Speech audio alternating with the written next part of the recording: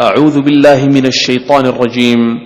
بسم الله الرحمن الرحيم. Bapak dan Ibu yang terhormat, sekali lagi mohon perhatian. Pengajian akan segera dimulai, baik yang mengikuti secara langsung di Masjid An-Nur, Komplek Pemulihan Permai 1 RW 12, maupun yang mengikuti pengajian ini di kediaman masing-masing. Bismillahirrahmanirrahim. Assalamualaikum warahmatullahi wabarakatuh. Alhamdulillahirabbil alamin. Assalatu wassalamu ala asyrofil anbiya wal mursalin sayyidina Muhammadin wa ala alihi wa ashabi ajmain. Amma ba'd. Bapak dan Ibu yang terhormat, tema kita pada kuliah ke-22 ini adalah The Power of Istighfar. Kekuatan istighfar dalam penyucian jiwa. Kita akan bersama-sama membahas tentang kekuatan atau power dari Sayyidul Istighfar.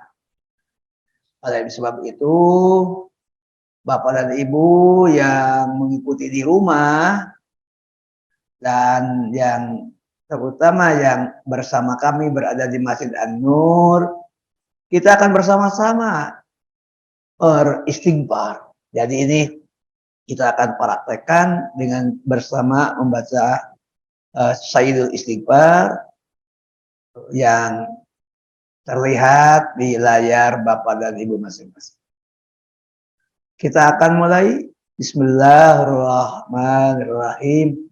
Allahumma anta rabbi la ilaha illa anta khalaqtani wa ana abduka wa ana ala ahdika wa wa'dika mastata'tu. A'udzu bika min syarri ma shana'tu. Abu'u laka bi ni'matika alayya wa abu'u bidambi faghfirli fa innahu la yaghfiru dzunuba illa anta. Allahumma anta rabbi la ilaha illa anta khalaqtani wa ana abduka wa ana la ahdika wa wa'dika mastata'tu. A'udzu bika min syarri ma shana'tu. Abu laka bi ni'matika alayya wa abu'u bidzambi faghfirli fa innahu la yaghfiru dzunuba illa anta. Pak Uli mohon berkenan membacakan arti dari Sayyidul Istighfar yang tadi kita baca. Silakan Pak Uli. Ya Allah, Engkau adalah Tuhanku, tiada Tuhan selain Engkau. Engkau menciptakanku, aku adalah hamba-Mu. Aku berpegang teguh dengan perjanjian-Mu dan janji-Mu sekuat kemampuanku. Aku berlindung kepadamu dari keburukan apa yang kulakukan. Aku mengakui curahan nikmat-Mu kepadaku. Aku mengakui pula dosa-dosaku. Ampunilah aku, tutupilah aib, kesalahan, dan kekuranganku. Tiada yang mengampuni dosa, menutupi aib dan kesalahan selain Engkau. Baik, nah kita akan menelaah Sayyidul Istighfar ini. Sayyid itu bisa berarti induk. Jadi Sayyidul Istighfar, induk istighfar. Mungkin istighfar yang inti, istighfar yang pokok, karena redaksinya sangat filosofis. Mari kita lihat gimana isinya, gimana kontennya. Nah, kita akan menguraikan Sayyidul Istighfar atau inti istighfar. Lihat sekarang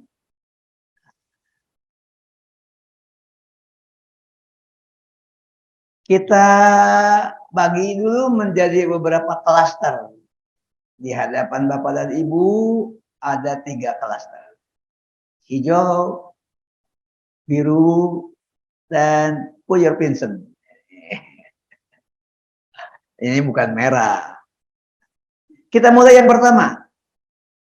Allahumma itu panggilan khas yang artinya ya Allah. Gitu. Jadi istilah dimulai dengan Allahumma ya Allah. Sedangkan lafaz Allah ada yang memahami ini punya akar kata. Itu bisa dikata ada aliha ya'lahu yang artinya bergetar. Jadi ketika seseorang mengucapkan Allahumma, itu sudah ada power yang menggetarkan rasa. Dengan catatan perasaannya aktif, perasaannya bening, perasaannya bersih atau jernih. Ini resonansinya harus bekerja dengan baik. Perasaan itu datang dari iman. Jadi kalau orang kafir, ya Allah, itu hampa. Karena energi imannya tidak ada. Itu. Ya, dan orang beriman tidak cukup dengan iman, tapi iman yang melahirkan amal, yang melahirkan ibadah, yang melahirkan kesucian hati. Jadi Allahumma itu ketika menyebut ya Allah akan menggetarkan hati. Nah, dan ini Al-Quran menyebut innamal mu'minuna idza dzukirallahu wajilat qulubuhum. Itu surat Al-Anfal ayat 2. Orang beriman itu kapan saja, di mana saja nama Allah sebut bergetar. Nah, getaran itu bagian daripada power. Yang kedua, bisa juga Allahumma dari kata alaha ya Allahu yang artinya bingung. Sebab kalau orang tanpa dasar iman lalu membicarakan tentang Allah yang tak terlihat, Allah yang gaib, Allah yang metafisik, itu tidak bisa menemukan. Karena dia terjebak dalam kerangka pikir materialisme. Kerangka pikir kebendaan. Padahal Allah bukan benda, bukan materi. Allah yang menciptakan benda, yang menciptakan materi. Namanya imateri. Jadi dia akan bingung. Karena dia hanya ingin mendekat sama Allah, tapi dengan pendekatan rasio saja. Padahal itu rasionalitas itu memiliki keterbatasan. Jadi yang terbatas tidak bisa menjangkau yang tak terhingga. Allah itu tak terbatas. Tiada terhingga. Itu. Nah, insya Allah kalau yang mengucapkan orang beriman juga ini 5I, iman yang ditopang oleh ketekunan ibadah. I yang kedua, I yang pertama iman, tapi iman ini ditopang oleh ketekunan sholat lah. Sholat 5 waktu, syukur-syukur kalau sholat itu awal waktu berjamaah di masjid, ditopang oleh sholat qobliyah, sholat ba'diyah, sholat tahajud, sholat witir, sholat duha, ditopang oleh baca Quran, zikir dan doa, ditopang oleh upaya untuk ketiga, ikhlas yang melahirkan kesucian hati dan melahirkan ihsan. Ihsan itu gimana jadi pribadi yang baik, lalu melahirkan kebaikan kepada orang banyak dan terus berkembang kebaikannya sampai kepada intinya, yaitu merasa dilihat dan diperhatikan Allah. Nah, kalau itu terjadi, maka Allahummanya akan ada power. Allahumma. Allahumma. Setelah itu dia akan katakan anta rabbi. Karena Allah Subhanahu wa taala ketika meniupkan ruh ke dalam janin, saat kita berusia 16 minggu dalam proses kehamilan, Allah bertanya tuh, Rob, alastu birabbikum? Apakah kalian mengetahui, menyadari aku adalah Rob kalian? Nah, ini saat berada di alam rahim. Dan saat itu terjadi 4 keadaan. Yaitu bersaksi, dialog, mengenal, dekat. 4 keadaan. Bersaksi Allah sebagai Rob. Lalu mengenal, lalu dekat. Bersaksi, dialog, mengenal, dekat. 4 keadaan. Bersaksi, tuh dialog, mengenal, dekat. Setiap orang secara universal. Keadaan ini merupakan primordial. Apa itu primordial itu? Menggambarkan ini keadaan akar, asal, asli manusia. Nah, orang yang beriman begitu lahir dari keluarga muslim dikonfirmasi. Pendidikan pertama yang dibacakan oleh orang dewasa terhadap bayi, menurut Rasulullah, bacakan adzan di telinga kanan, qomat di telinga kiri. Itu artinya diperkenalkan kembali dengan asyhadu alla ilaha illallah wa asyhadu anna Muhammadar Rasulullah. Diperkenalkan dengan hayya 'alas shalah, hayya 'alal falah. Nah, maka itu terkonfirmasi. Jadi si potensi tadi jadi aktual. Aktual itu dia tumbuh kembang. Nah, sekarang pada saat dia sudah menjadi, ada 2.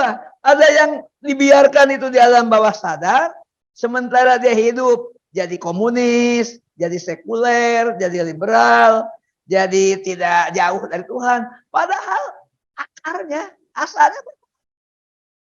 Sementara yang beriman dikokohkan, kemudian dia mendekat. Seperti perintah Allah. Wasjud waqtarib. Sujud dan mendekat kepada Allah. Wasjud itu sujud, waqtarib, dekatkan dirimu kepada Allah. Lalu dia panggil, Allahumma anta rabbi. Ya Allah, engkau Rabb aku. Nah, kalau ini kemudian dengan niat, dengan dorongan kuat, dengan kekuatan tekad, dengan power tuh kayak gini nih Pak. Ini kita pegang lap. Ini lantai kotor. Nah, kalau nggak pakai power tinggal gini aja. Nggak ada bekas. Tapi kalau pakai power, ini pasti ngepek. Ada bekas. Itu. Nah, jadi ini diawali dengan panggilan Allahumma, lalu mengokohkan, Robbuku. Rob itu ada 3 pengertiannya Rob itu. Rob itu Allah yang mengatur, Allah yang mendidik, Allah yang mencintai. Jadi ada konsep manajemen, konsep edukasi, konsep cinta. Kalau manajemen mengatur, menata, mengelola, mengurus, itu konsep manajemen. Kalau konsep pendidikan, menumbuhkan, mengembangkan, mendewasakan, mendorong, menguatkan, memotivasi. Itu betul. Kalau Rob itu juga bisa hub. Hobbi sama dengan hubbi. Cintaiku. Jadi betul-betul ini namanya rububiyah. Kesadaran bahwa Allah adalah yang mengaturku, yang mengembangkanku, yang mencintaiku. Allahumma anta rabbi. Setelah itu, kokohkan konsep ilah. Karena dalam surat An-Nas, Allah itu adalah Rob, ilah, malik. Kokohkan konsep ilah. Apa itu ilah? Ilah itu Allah yang menciptakan. Karena itu satu-satunya dan hanya satu. Hanya dia yang berhak diibadati. Itu ilah. Kalau Rob itu adalah Allah. Tapi Allah yang kemudian berhubungan dengan ciptaannya. Dengan ciptaannya apa manusia? Bukan hanya manusia. Manusia, lingkungan hidup, alam, kosmologi, holistik, jagat raya, universal. Rabbil alamin. Nah, setelah menyadari Allahumma rabbi, sekarang la ilaha. Tidak ada ilah. Tidak ada yang menciptakan. Karena itu Allah sebut al-khaliq. Khaliq itu yang menciptakan. Manusia dan alam setelah semua selain Allah sebut al-makhluqat, yang diciptakan. Dan itu dikokohkan. Pengokohkan itu ada 4 tahap. Tahap yang pertama diucapkan. Itu menjadi kekuatan kata. Kekuatan kata. Luar biasa, tadinya orang kufur dengan mengucapkan jadi beriman. Jangan dianggap enteng dalam Islam kekuatan kata. Tadinya hubungan laki-laki dewasa dengan perempuan itu adalah perbuatan busuk, terkutuk, keji, budaya yang tidak manusiawi tapi hewani. Setelah mengucapkan kekuatan kata, qabil tu nikah bimahrin kada wa kada. Aku terima nikah dia dengan mahar tertentu. Itu berubah total. Yang tadinya busuk jadi wangi, yang tadinya kotor jadi bersih, yang tadinya rendah jadi mulia, yang tadinya dosa sekarang jadi ibadah. Jangan main-main dengan kekuatan kata. Itu. Cuma ucapan, ente tidak mengerti tentang Islam, meskipun ente sarjana muslim. Krisis kok. Kalau mau dibongkar isinya, berapa persen sih UIN yang betul-betul Islami? Tidak sampai 50%. Dosennya yang paling bermasalah.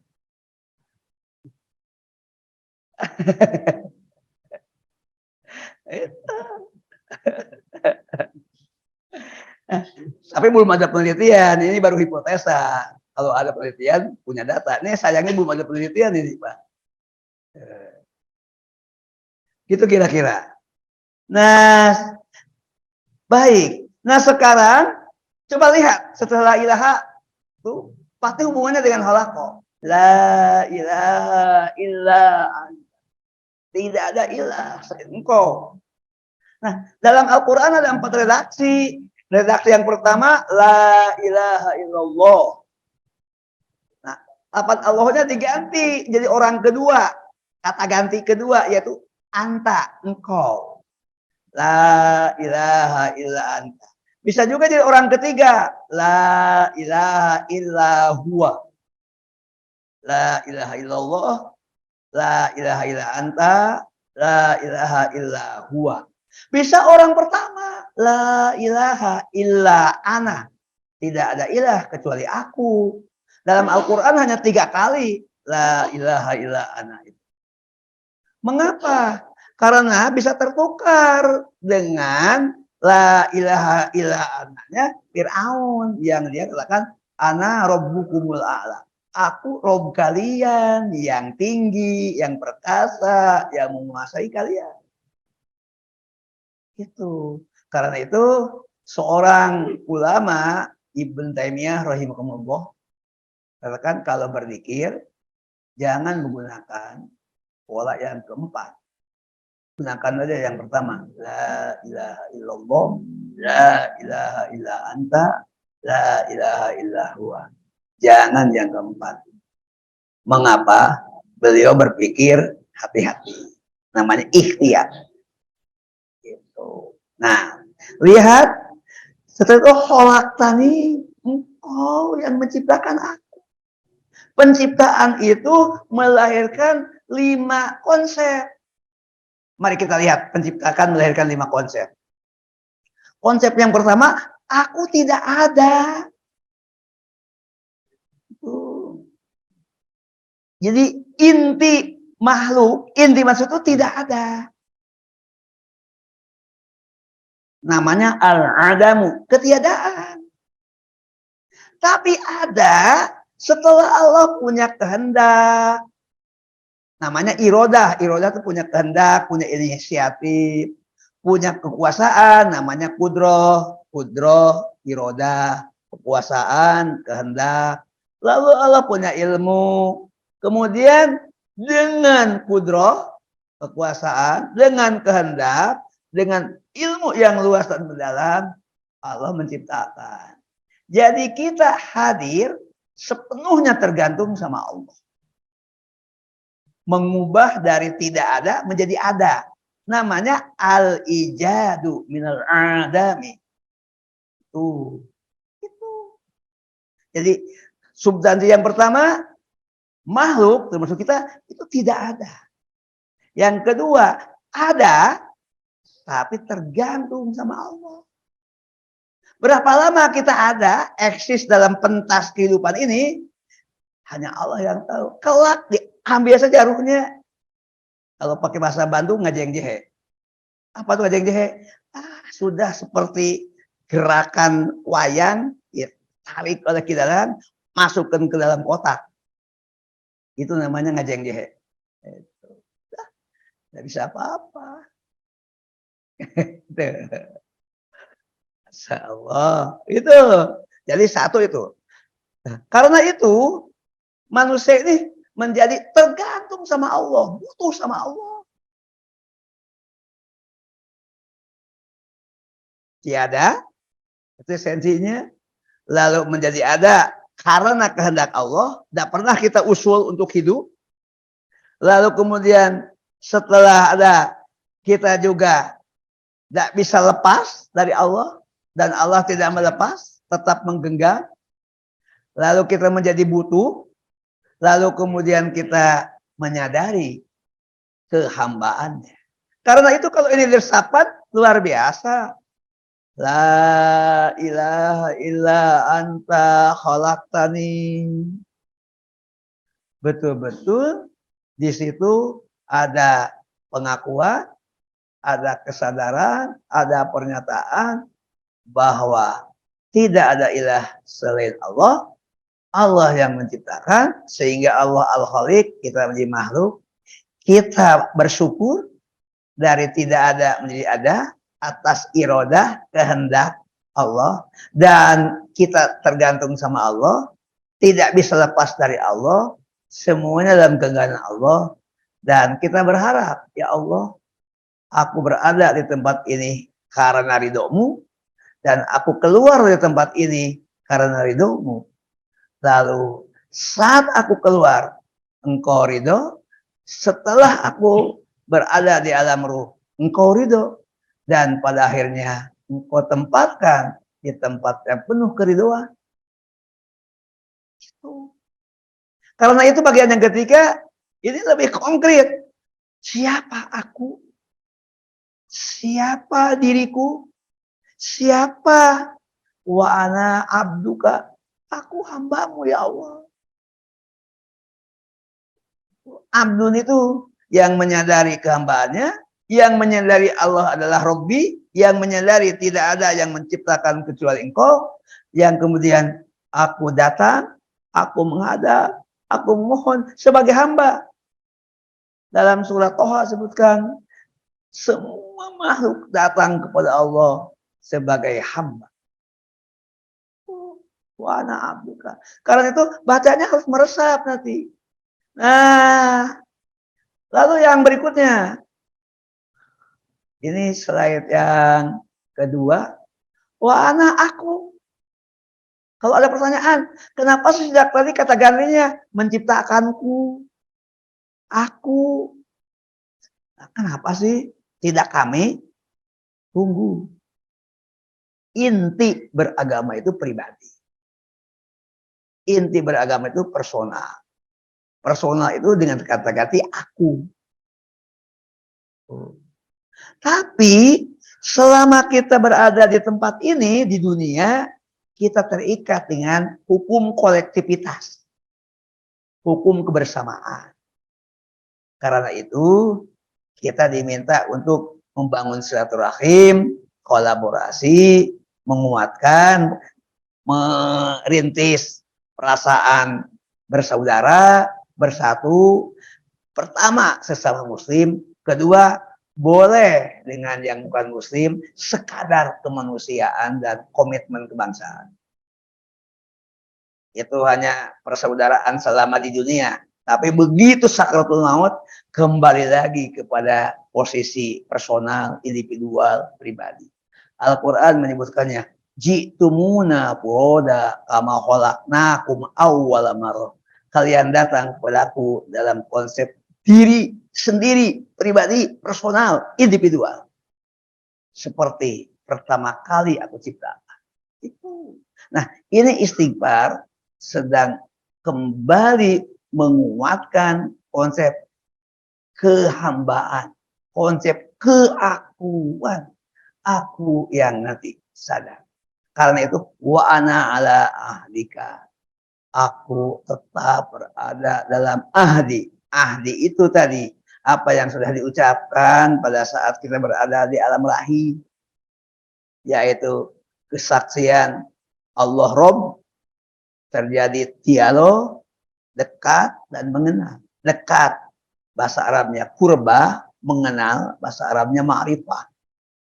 Kesaksian, bahasa Arabnya musyahadah. Lalu dialog, bahasa Arabnya adalah ada namanya muhaddasah, ada namanya hiwar. Itu. Wa wa'dika, kalau wa'dun itu komitmen setelah lahir. Komitmen itu bertolak dari seorang muslim yang mengucapkan asyhadu an la ilaha illallah wa asyhadu anna Muhammad Rasulullah, maka dia seharusnya membebaskan dirinya dari persembahan kepada selain Allah. Tidak ada yang menguasai aku, tidak ada yang mengendalikan aku, tidak ada yang mengaturku selain Rabbku yang satu. Jadi ada soal pembebasan. Membebaskan apa? Masa cerita tentang filsafat pembebasan? Bukan. Cerita bahwa ketika la itu ada wa'dun, janji, komitmen bahwa saya tidak akan meminta kepada dukun, kepada paranormal, tapi akan meminta kepada Allah. Tidak akan menghadap melalui jalur-jalur yang terpeleset, tapi akan lurus. Ini namanya wa'dun. Kalau ahdun, tadi perjanjian yang universal di alam rahim. Kalau wa'dun, sesuai dengan pilihannya. Yang tidak beriman ya hanya ahdun saja. Wa'dunnya tidak ada. Lalu dia tidak mengucapkan, tidak berikrar, tidak menjadi muslim. Tiba-tiba oleh tokoh-tokoh yang menyebut dirinya ulama, dianggap non muslim dengan muslim itu sama. Ente ngomong itu untuk apa? Tahu nggak omongan ente itu akan berdampak pada orang banyak, itu kekuatan kata dikutip, itu dijadikan rujukan. Pertanggungjawabannya berat banget. Nah, gimana nih komitmen atas janji ahdika, yaitu ahdun, perjanjian primordial, wa'dun, konsekuensi dari mengucapkan bersyahadat, tentu kita dengan ahli mastato, sesuai dengan kemampuan aku. Karena boleh jadi pada saat ingin konsisten, ingin memegang prinsip, kita berhadapan dengan keadaan, kita sendiri sering memiliki kelemahan, kita sendiri sering malas, bahkan mungkin selain ada kekuatan internal, ada kekuatan di luar diri kita yang datang dari asyayatin. Setan-setan itu sering menipu, membujuk, memutarbalikan. Makanya dengan kreatif mastafo, sesuai dengan kemampuan aku. Justru dengan beristighfar itu kemampuan ini ingin diperkuat. Jadi ada empowering, penguatan. Setelah itu lihat, ini pernyataan wa ana ala ahdika wa wa'dika mastatu dalam teori psikologi ini adalah pernyataan dan penyadaran terhadap aku, sehingga aku memiliki konsep dan persepsi yang benar tentang diriku, tentang Allah. Gitu.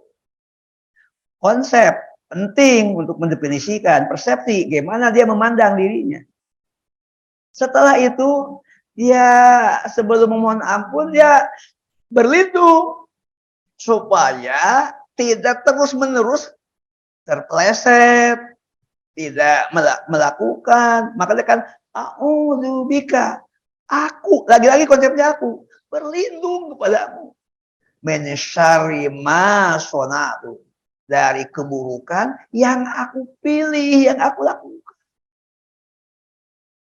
Sebetulnya aku ingin baik dan memang niatnya baik, tapi niatnya tidak kuat, dorongannya tidak kokoh, motivasinya tidak internal, tekadnya tidak bulat. Bisa saja terpeleset. Syar itu perbuatan yang buruk, perbuatan yang terkutuk, perbuatan yang busuk. Buruk, busuk, terkutuk. Tapi pada saat melakukan, rasa nikmat, rasa lezat, rasa happy, hedonis. Kalau terjemahkan pakai bahasa lain, hedonis itulah puas, lezat, nikmat. Sona'a tuh betul-betul aku yang memilih, aku yang melakukan, aku yang melihat kesempatan. Kadang-kadang seperti dikatakan oleh para ahli kriminologi, perbuatan buruk itu tidak diniatkan, bukan karena niat, bukan karena rencana, tapi karena kesempatan. Nah, pada saat berhadapan dengan kesempatan lalu tidak bisa mengendalikan, itu sona'a namanya.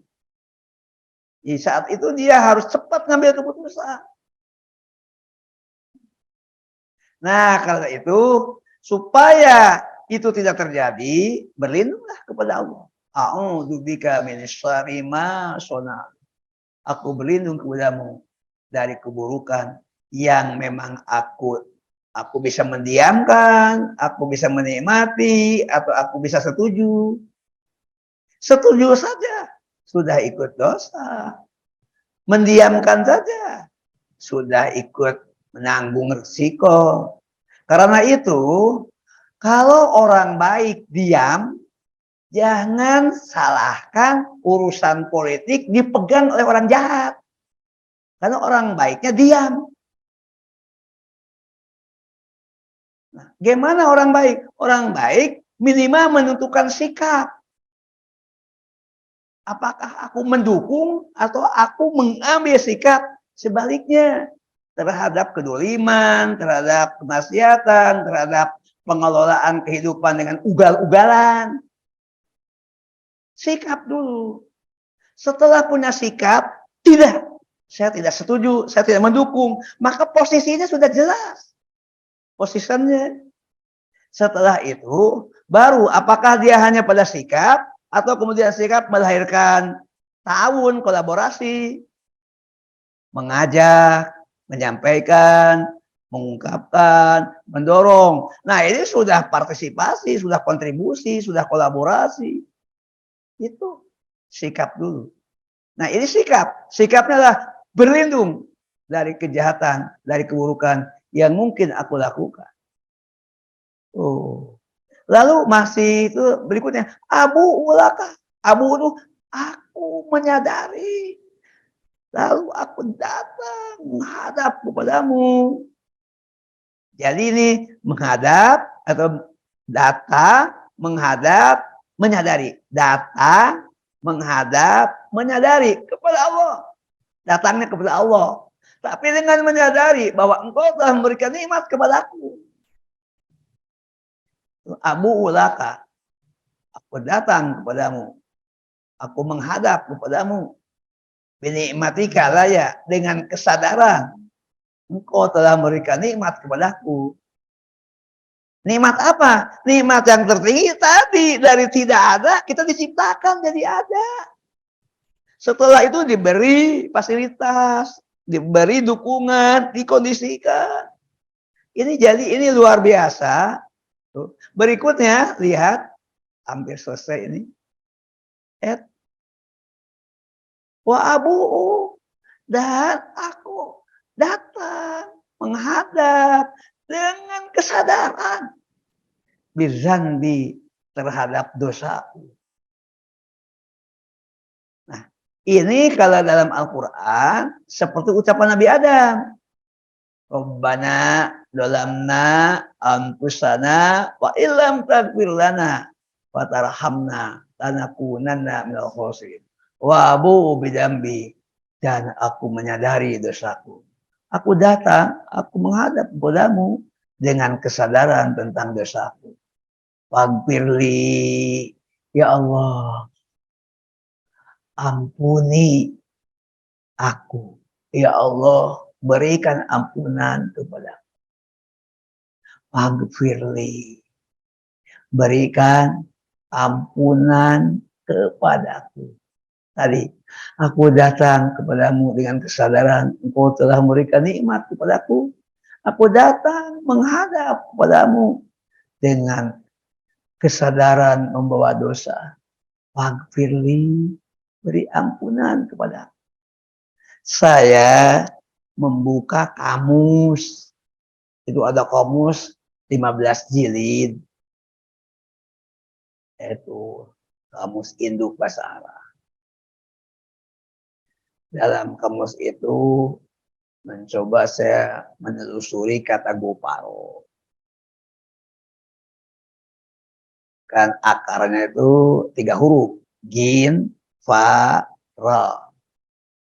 Bisa dibaca istighfar, bisa dibaca gopur, gopar, pagfir, go, pa, itu.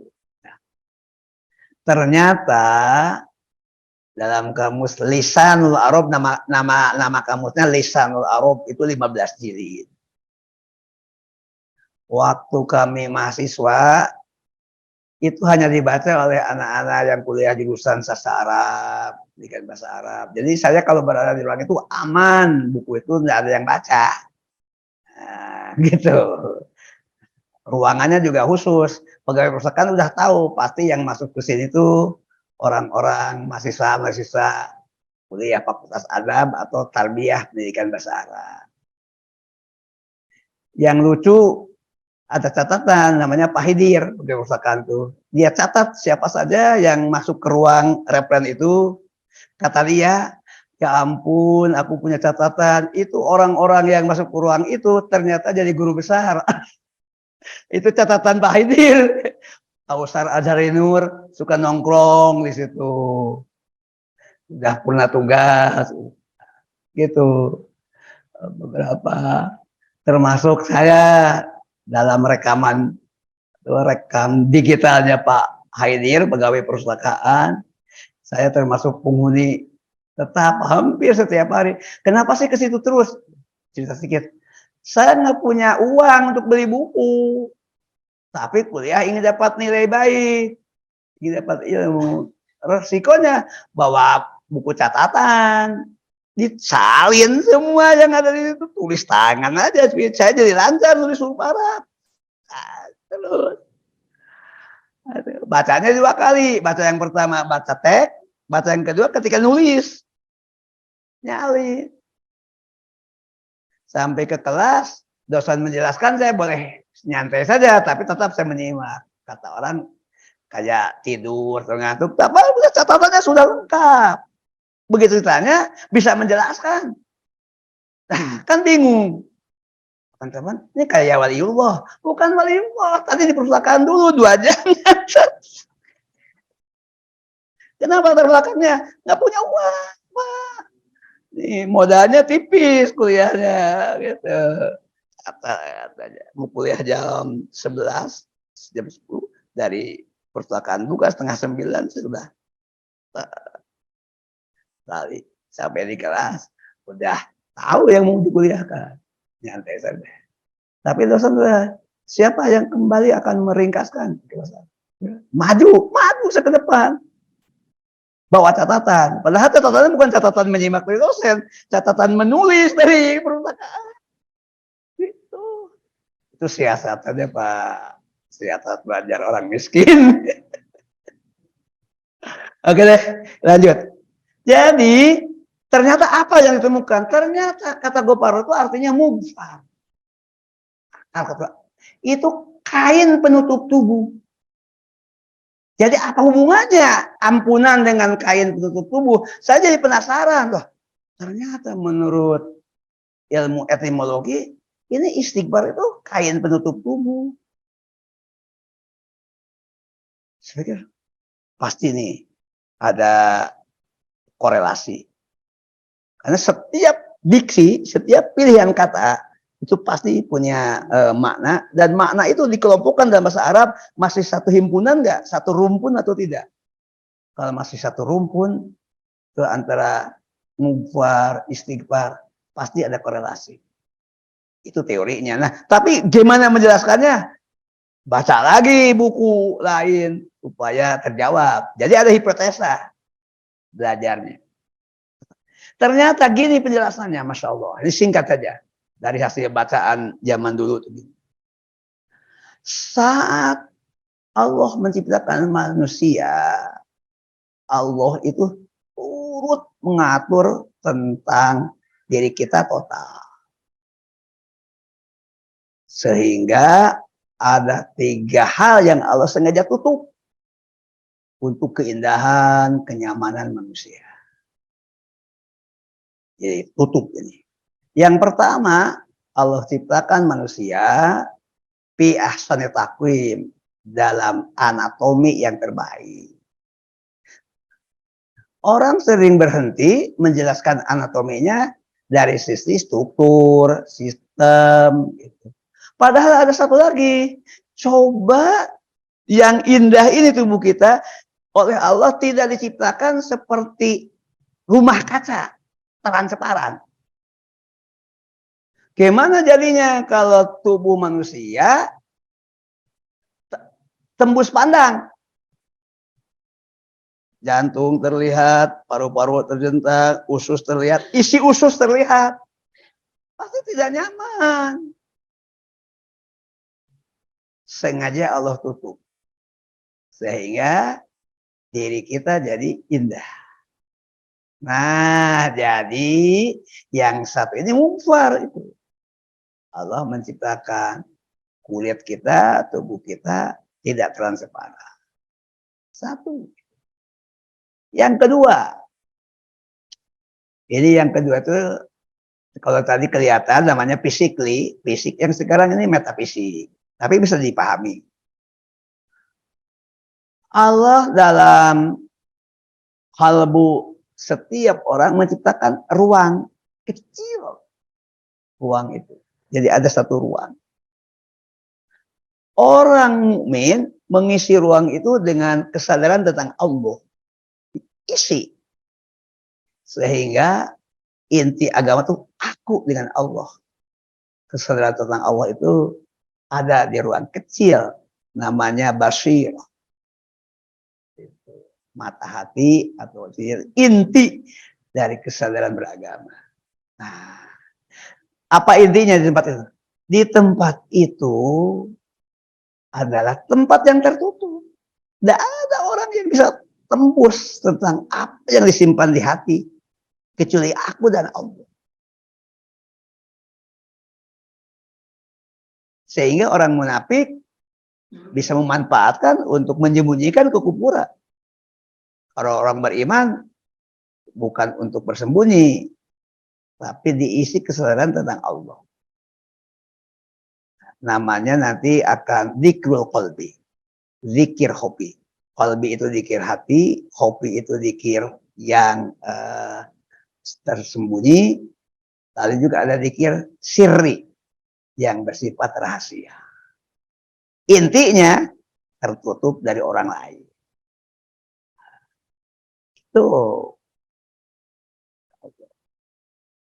Yang ketiga, bersamaan dengan titik ini ada fungsi lain.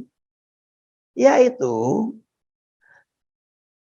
ada Allah sengaja menciptakan lupa. Tapi lupanya tidak boleh overdosis. Apa inti dari lupa ini? Yaitu ini ada memori. Katakan nih memori berapa ukurannya, kalau sekarang di komputer itu berapa, apa? Ada ukurannya. Memori ini ada yang pahit, ada yang manis, ada yang enak, ada yang getir. Manusia diminta untuk melupakan yang pahit, bisa mengingat yang manis. Nah, sehingga kalau kita diperlakukan tidak enak oleh orang lain, kita diminta untuk segera masukkanlah ke dalam ruang tertutup itu, sehingga kita bisa melupakan. Jadi si data tentang perlakuan tidak nyaman itu harus segera simpan dalam kotak, supaya kita bisa melupakan. Itu apa? Sehingga nanti relasi jadi tetap baik, tetap enak, tetap nyaman, karena kita melupakan. Nah, subhanallah. Jadi intinya masukkan memori ke dalam kotak, lalu kotak ditutup. Sengaja mekanisme tertutup itu Allah ciptakan, sehingga kita nyaman. Bayangkan mungkin kita nggak bisa tidur. Kalau kita perasaan sakit 50 tahun yang lalu masih bisa diingat. 50 tahun yang lalu tuh, kalau saya sih mungkin ketika berusia antara 13 sampai 15. 50 tahun yang lalu tuh. Itu kan berarti sudah di pesantren saya. Itu. Oke. Tapi nanti Pak, ketika kita pindah ke alam kubur, nggak usah lama-lama, nggak usah nunggu di kubur. Begitu ruh dicabut, maka oleh Allah dibiarkan terbuka. Ada ayatnya. Apala ya'lamu idza bu'sira, apala ya'lamu idza bu'sira ma fil kubur wa husila ma fis sudur. Apakah manusia tidak menyadari ketika dibangkitkan dari kubur, dibongkar semua yang tersimpan di dalam hati. Dan tadi kan semuanya dalam hati. Sekarang dibongkar. Kalau dibongkar, jadi terbuka. Nah, bayangkan ada yang sampai tidak bisa berdiri, Pak. Karena terlampau berat dengan dosa. Tidak bisa berdiri itu sebetulnya karena dia tak tahan malu. Dulu di dunia rofi'ah tinggi. Tapi berada di dalam kubur oleh Allah itu jadi rendah, jadi hina, tidak bermakna, tidak berarti, tidak ada yang hormat, tidak ada yang tabe, tidak ada yang muji-muji. Ambles, ambles. Kenapa? Karena dibongkar apa adanya. Saking malunya tidak bisa tegak. Karena itu dilukiskan dalam hadis. Mengapa para ulama menggambarkan di alam kubur itu ada yang merangkak? Sebetulnya dia bisa berdiri, cuma bebannya terlalu berat untuk berdiri. Berdiri kan perlu keseimbangan, perlu gagah. Tapi ini bebannya terlalu berat, sehingga rasa malu dengan beban berat itu membuat dia merangkak. Itu. Masya Allah. Tapi kebalikannya, ada yang khafidah. Di dunia mungkin dianggap wong cilik, rendah, hina, kecil. Tapi kadang-kadang kecil kan small is beautiful. Tapi karena oleh Allah dianggap ini imannya kuat, hatinya bersih, ibadahnya istiqomah, kebaikannya nyata, bisa saja dinaikkan. Begitu. Jadi ayat ini kalau dibaca dengan tafsir yang luas, pada ayatnya pendek. Oh, fidatur rafi'ah. Itu surat Al-Waqi'ah. Pak Uli ini ada tanda-tanda habis energinya. Jadi sebelum berakhir harus ditolong Pak Uli. Ada sih. Nah, ini akan berakhir. Ya. Kita akan berakhir sedikit lagi. Kita lanjutkan dulu. Nah, Pak, orang yang di dunia Astagfirullahaladzim. Atau baca tadi, Allahumma anta rabbi la ilaha illa anta khalaqtani wa ana abduka wa ana ahlika wa wa'dika mastafa. A'udzu bika min syarri ma sana'tu. Abu laka bi ni'matika alayya wa abu bi dambi faghfirli. Fa innahu la yaghfiru dzunuba illa anta. Fa innahu tuh faghfirli. Nah ini penekanan. Berikan ampunan kepadaku. Berikan kain penutup tubuh kepadaku. Fa innahu, maka sesungguhnya la yaghfiru dzunuba. Tidak ada yang bisa menutup, menghapuskan, mengampuni dosa kecuali Engkau. Pada saat lahir muncul bangkit dari alam kubur menuju mahsyar, sebetulnya berdosa. Tapi oleh Allah minimal ditutup. Jadi yang tertutup. Sehingga dia bisa berdiri. Karena tidak ada beban, tidak malu. Dosanya tidak terlihat, tidak terbaca, tidak terpantau. Keren saja. Maka dia jadi yang terhormat. Padahal di dunia berdosa. Itu. Ditutup sama Allah. Jadi Allah. Ditutup. Keren nggak? Aduh. Jadi dia punya harga diri, punya martabat, punya kehormatan, bisa tegak. Sementara yang lain merangkak, ini bisa tegak. Bukan sekadar tegak, bisa berjalan dengan cepat, terhormat, tanpa beban, ringan, ceria, mulia, lalu berkolaborasi, ngobrol dengan penuh persahabatan, pertemanan, reuni dengan siapa saja. Karena Allah berjanji. Apa janjinya? Pada surat Fusilat, surat ke-41 ayat 31. Kata Allah, ini saya akan bacakan singkat. Innalladzina qalu rabbunallah. Orang-orang yang meyakini Rabb kami Allah. Ini ayat 30 ya, 30, 31, 32. Tuh. Sumastaqomu, kemudian konsisten, ajad, mantap, kokoh hingga akhir ayat. Tafadzalu alaihimul malaika, ketika akan wafat turun para malaikat, lalu malaikat membentuk dua posisi. Posisinya digambarkan pada surat Qaf itu ada yang ini ayatnya. Wajah aku nafsim ma'aha sa'iqu wa syahid.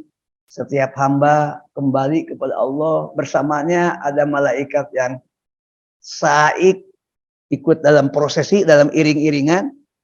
Ada yang syahid, ada yang berdiri menyaksikan. Lalu malaikat itu akan mengatakan 5 kata. Yang pertama nih, kapan? Mulai sakratul maut ini. Dia akan kata Allah tahofu, jangan takut. Yang kedua, wala tahdanu, jangan bersedih. Itu, jadi jangan takut, jangan bersedih. Lalu yang ketiga, malaikat yang berdiri dan ikut iring-iringan itu mengatakan, nahnu awliyakum fil hayati dunya, kami memandu kamu, sahabat kamu, temanmu tuh, di dunia hari ini sampai di akhirat. Lalu yang keempat, malaikat mengatakan, walakum fiha ma tashtahi anfusukum, untuk kamu nanti di surga, dan sekarang ini prolognya di alam kubur, apa yang kamu inginkan. Mata anfusukum, apa yang kamu suka. Walakum fiha ma tad'un, untuk kamu apa yang kamu minta. Jadi minta apa saja akan diberi.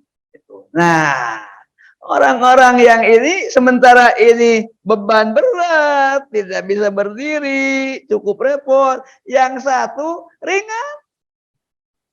Lalu kepada Allah, ya Allah, aku ingin ketemu dengan Nabi Adam. Tunggu, kata Allah, datangkan Nabi Adam. Boleh ngobrol apa saja. Oh ya Allah, aku ingin ketemu dengan Nabi Musa. Dialog dengan Musa. Gimana Musa dulu? Kenapa Anda sampai menikah dua saudara sekaligus? Kok zaman kami nggak boleh? Itu mah udah banyak orang. Zaman kita belum banyak, mungkin begitu. Kan dalam fikih kalau sekarang nggak boleh dua adik kakak dinikah sekaligus. Itu Al-Quran yang melarang. Dulu Nabi Musa dipikirkan boleh. Saya mau datang kepada Nabi Nuh. Boleh saja. Karena kita Rofi'ah, tinggi. Kita bukan Nabi, tapi gabung dengan Nabi. Ma'an Nabiyin kan. Digabung dengan Nabi. Gitu.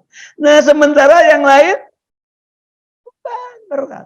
Karena itu, tidak ada pilihan ungkapan yang bermakna yang membuat orang pernah menikmati dosa, tapi dosanya dimaafkan, dihapuskan, sekurang-kurangnya ditutup, kecuali orang yang sering dengan frekuensi yang teratur, berkesinambungan, istilah tasawufnya istiqomah mudawwamah, konsisten dan berkesinambungan, terus dijaga tentang kesinambungannya.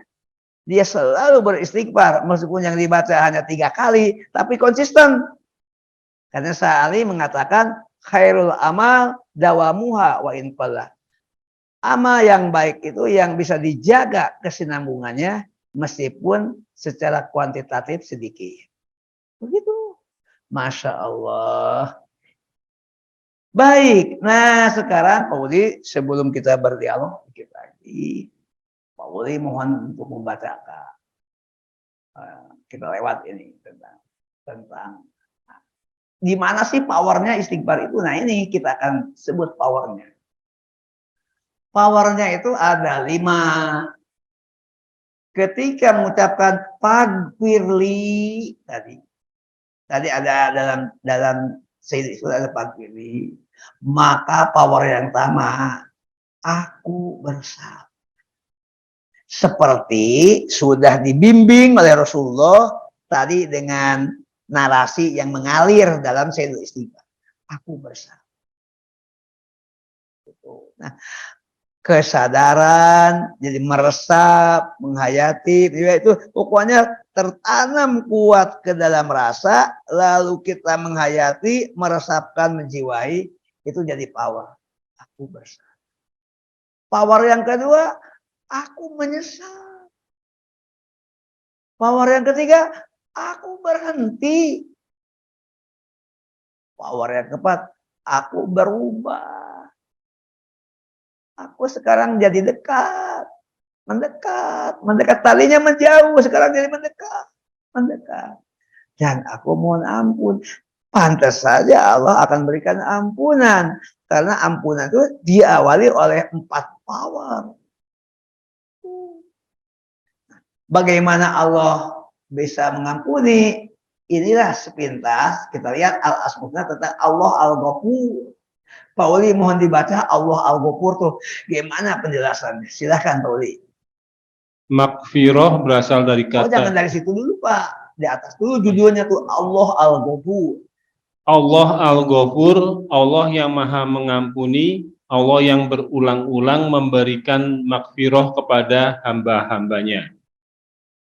Makfirah berasal dari kata mukfar yang berarti kain penutup tubuh. Beristighfar berarti memohon kain penutup tubuh. Lalu apa korelasi antara mohon kain penutup tubuh dengan mohon ampun dari segala kesalahan? Secara psikologis, manusia memiliki kecenderungan kuat untuk menutupi kesalahannya karena merasa malu jika kesalahannya diketahui orang banyak. Semua dosa, kesalahan, aib, dan cacat manusia yang selama hidup di dunia disimpan dalam lubuk hatinya yang paling dalam. Ketika bangkit dari alam kubur akan dibongkar oleh Allah sehingga semua kesalahannya akan terkuak dan diketahui oleh orang banyak. Orang berdosa merasa malu, hina, dan rendah, bahkan tidak sanggup berdiri karena dosa yang membebani punggungnya demikian berat. Keadaan ini menyadarkan manusia masyar bahwa al-mukfar atau kain penutup sangat dibutuhkan guna menutupi dosa-dosa mereka yang memalukan. Orang-orang beriman yang banyak beristighfar kepada Allah akan terbebas dari rasa malu karena dosa mereka ditutup oleh Allah Al-Ghafur. Dengan demikian, istighfar adalah fasilitas dari Allah Al-Ghafur yang Maha Pengampun, yang Maha Mengampuni dan berulang-ulang memberikan magfirah kepada hamba-hambanya untuk menutupi dosa dan kesalahan-kesalahan manusia. Berikutnya Pak, masih Allah Al-Ghafur Pak. Allah Al-Ghafur, Allah mengampuni dosa, segala dosa kecuali dosa syirik dan kufur. Yang terbawa mati, tapi kalau di dunia apapun dosa bisa diampuni. Lanjut. Katakanlah, wahai hamba-hambaku yang melampaui batas terhadap diri mereka sendiri, janganlah kamu berputus asa dari rahmat Allah. Sesungguhnya Allah mengampuni dosa-dosa semuanya, kecuali dosa syirik dan kufur kepada Allah. Sungguh dialah yang Maha Pengampun, Maha Penyayang. Quran Surat Az-Zumar, Surat 39 ayat 53. Perumpamaan orang yang kufur kepada Tuhannya, perbuatan mereka seperti abu ditiup oleh angin keras pada suatu hari yang berangin kencang. Mereka tidak kuasa mendatangkan manfaat sama sekali dari apa yang telah mereka usahakan di dunia. Yang demikian itu adalah kesesatan yang jauh. Quran Surat Ibrahim, Surat 14 ayat 18. Dan orang-orang yang kafir, amal perbuatan mereka seperti fata morgana di tanah yang datar, yang disangka air oleh orang-orang yang dahaga, tetapi apabila air itu didatangi tidak ada apapun, dan didapatinya ketetapan Allah baginya. Lalu Allah memberikan kepadanya perhitungan amal-amal dengan sempurna dan Allah sangat cepat perhitungannya. Quran Surat An-Nur, Surat 24, ayat 39. Kita lagi. Oh, cukup ya. Tadi ini sudah diuraikan. Baik Bapak dan Ibu yang terhormat, saya kira sudah cukup. Dan saatnya Bapak dan Ibu yang mengikuti kuliah ini dari kediaman masing-masing dan Bapak dan Ibu yang bersama-sama berada di masjid, saatnya Bapak dan Ibu berinteraksi dengan memberikan pertanyaan, tanggapan, atau komentar. Dengan segala hormat, saya persilahkan. Siapa Polri yang mau duluan? Masya Allah. Untung masih ada airnya, walaupun dikit.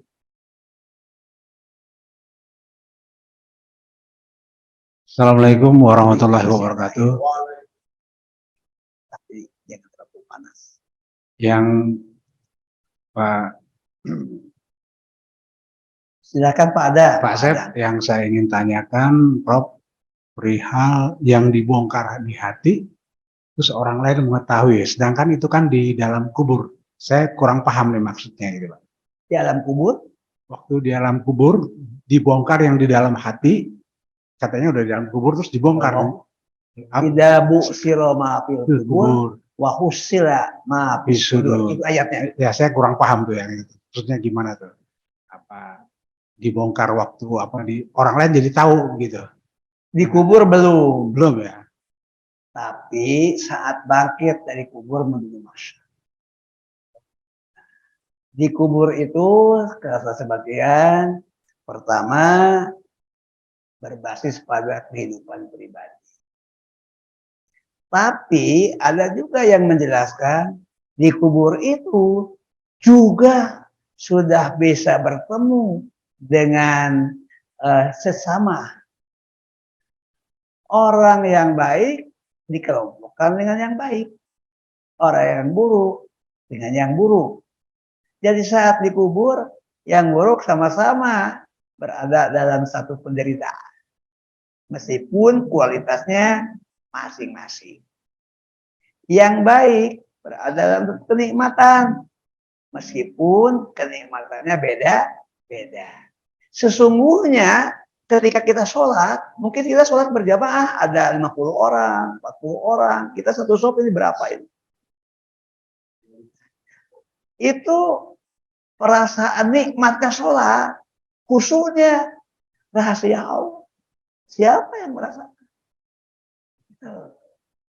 Itu pernah diuji cobakan kepada Nabi Musa. Nabi Musa mengumpulkan 70 orang, Pak, dan melakukan disebut. Lalu Nabi Musa bermunajat. Allah memberitahukan satu di antara yang 70 itu ada yang khusyuk. Semua bacaannya terkoneksi dengan Allah. Nabi Musa penasaran, ya Allah kasih tahu dong sama aku siapa. Ternyata anak yang kelihatannya waktu dia berdoa sambil berlari, sambil berjalan, tapi apa. Tapi kata Allah yang be connection itu anak-anak. Yang sepuh gimana? Mungkin terlalu banyak pikiran, mungkin lelah dengan pekerjaan, mungkin depresi menghadapi tekanan macam-macam. Begitu. Ya Allah. Itu kira-kira. Karena itu lebih baik ngumpul. Karena yang paling bersih akan menjadi representasi dari jamaah. Representasi itu sistem mewakili penilaian Allah terhadap. Kalau amanah individu masing-masing ini teori masing-masing tetap bertahan, itu dasar. Tapi ketika berdoa secara kolektif, maka Allah akan mengabulkan doa. Meskipun yang doa itu orang-orang yang tidak khusyuk. Satu saja di antara jamaah yang khusyuk membuat doa bersama diterima. Itu salah satu argumentasi mengapa doa bersama. Tapi jangan hanya itu. Nabi Musa melakukannya bukan sehabis sholat. Nabi Musa itu dalam sebuah mungkin apa yang biasa dilakukan oleh para ulama NU itu kalau berdoa bersama, istighosa. Kata-kata yastagisu disebut dalam surat Al-An'am. Itu kita pada sambung menyambung saja. Wah, terima kasih Pak Wali. Ini minuman sudah ada. Seperti Pak Ayat tadi, apa yang diinginkan ada, apa yang diminta hadir. Masya Allah. Silahkan. Assalamualaikum warahmatullahi wabarakatuh. Waalaikumsalam warahmatullahi wabarakatuh. Mungkin langsung saja, Prof. Silakan, Bapak. Ini mungkin ingin tahunya ya, ini agak apa ya, keseharian saja nih sebetulnya pertanyaannya.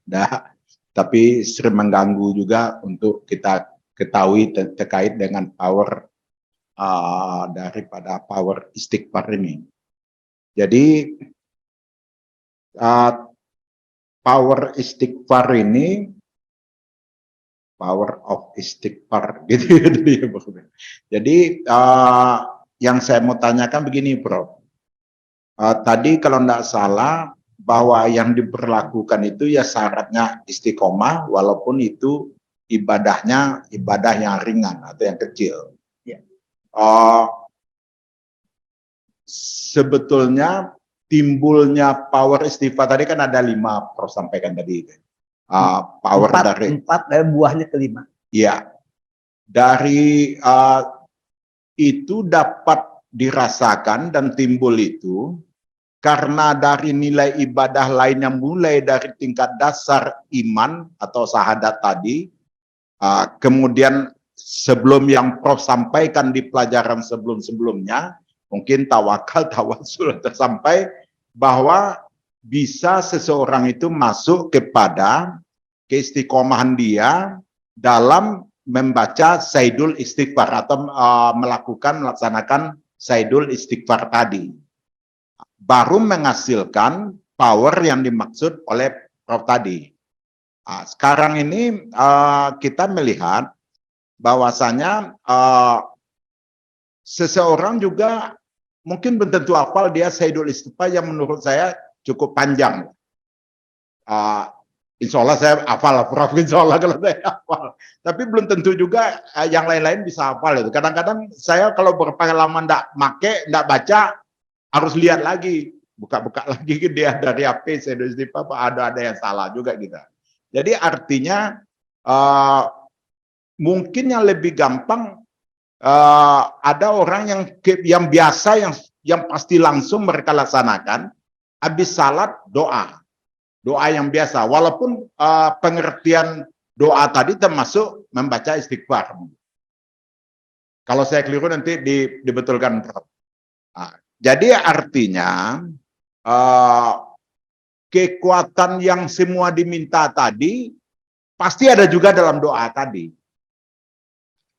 Sehingga memang kalau istighfar itu, kalau tidak salah, memang ada hadis, saya mungkin ingat-ingatnya diriwayatkan oleh misal Bukhari atau Tirmidzi lupa.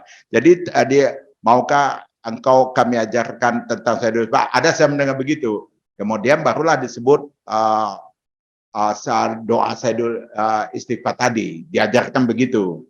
Jadi nanti yang perlu Prof jelaskan, power itu sebetulnya sama saja asal dasarnya tadi kuat, kemudian ada doa yang dilakukan misalnya dengan istiqomah tadi.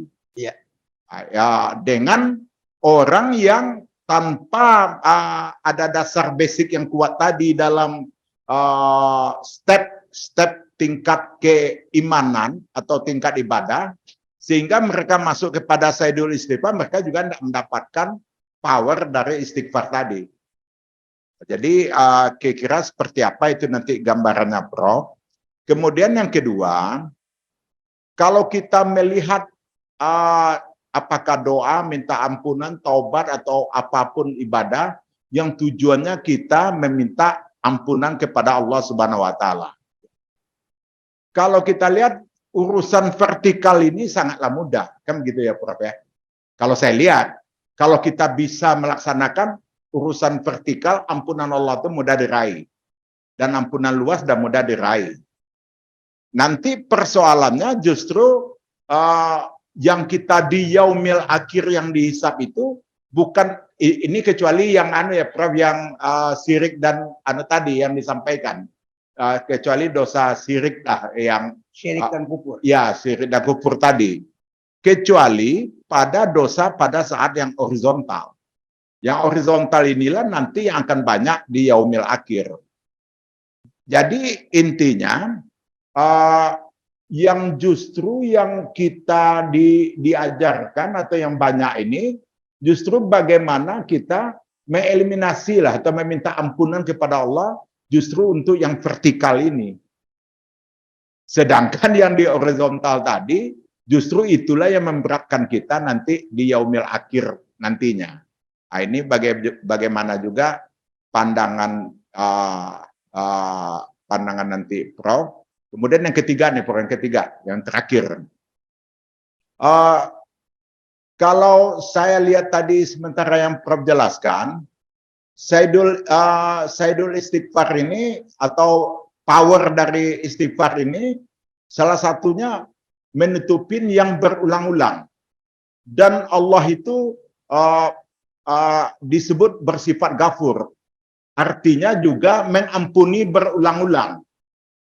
Mengampuni juga berulang-ulang, dan karena Allah tahu, mungkin fitrahnya manusia yang diciptakan Allah itu, Allah tahu bahwa kesalahan itu pun juga akan berulang-ulang.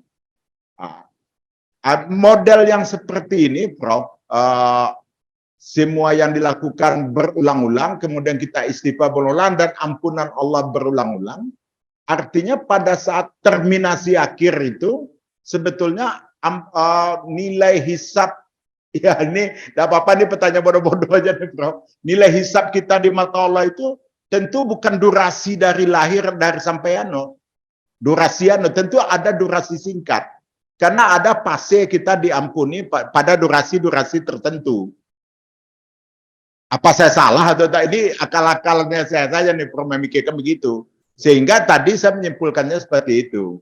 Mungkin ini karena untuk diskusi saja, mungkin mohon dapat Prof jelaskan.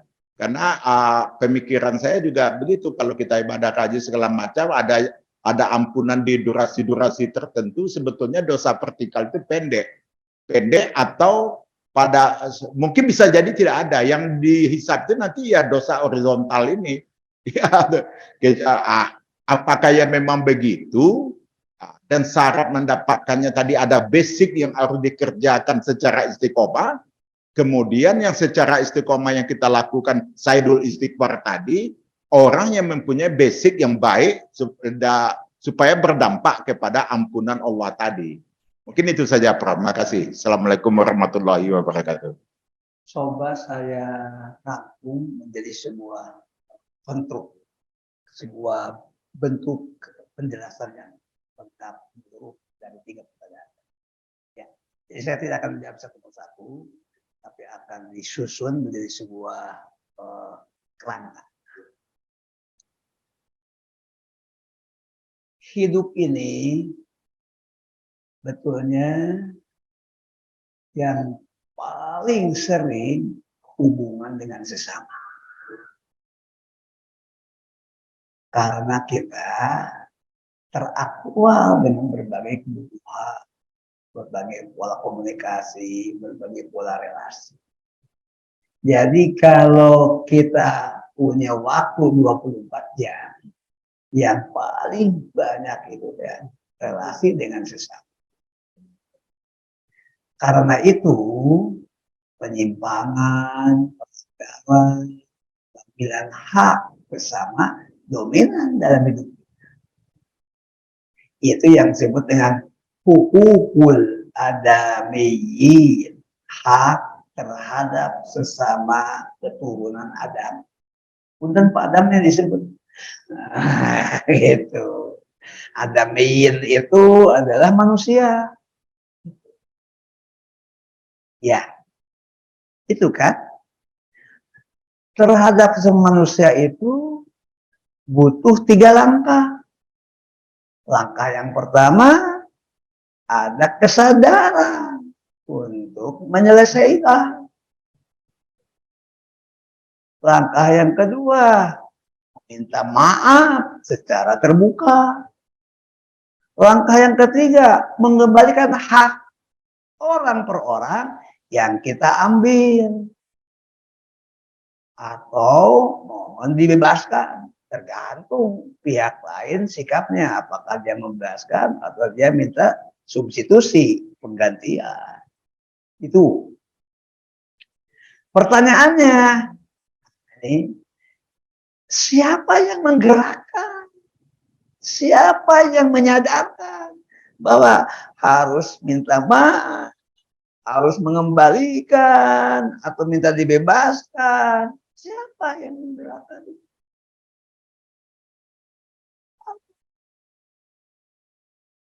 Karena itu, istighfar tuh lempar aja dulu secara vertikal. Gitu, Pak. Nah, intinya istighfar itu 2 kata, astagfirullah. Cukup. Jadi ada sayyidul istighfar, ada inti istighfar.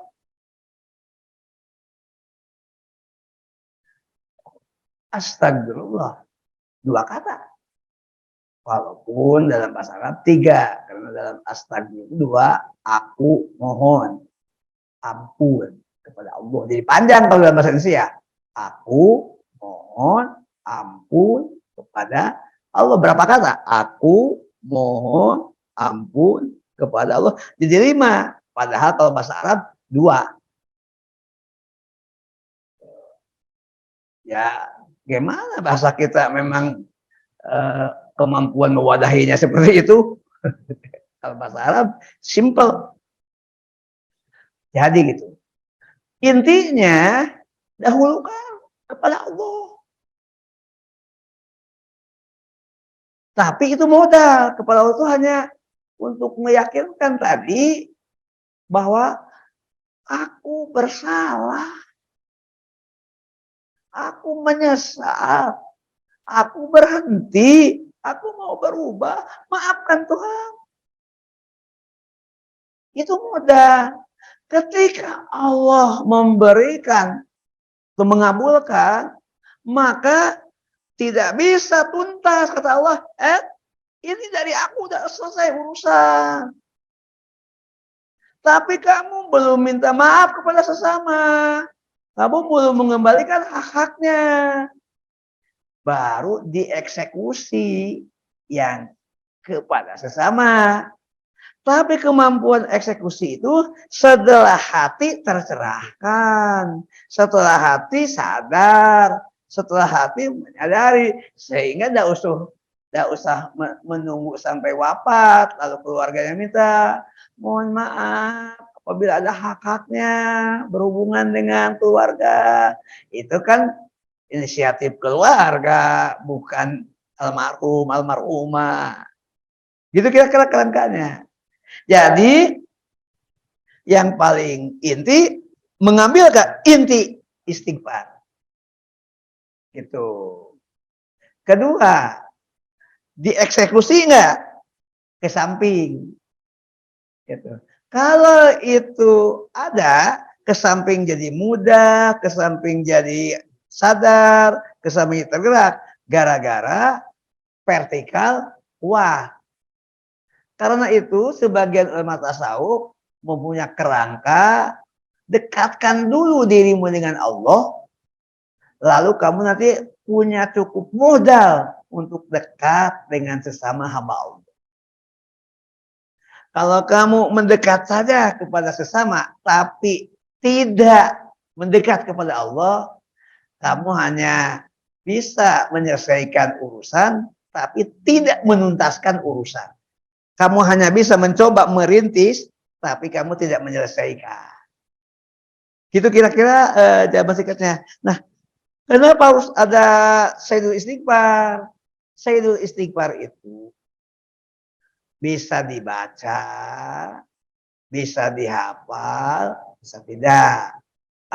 Saya mau lihat tulisannya, boleh. Saya belum ke Sayyid Istighfar, saya mau ke inti istighfar. Astagfirullah saja.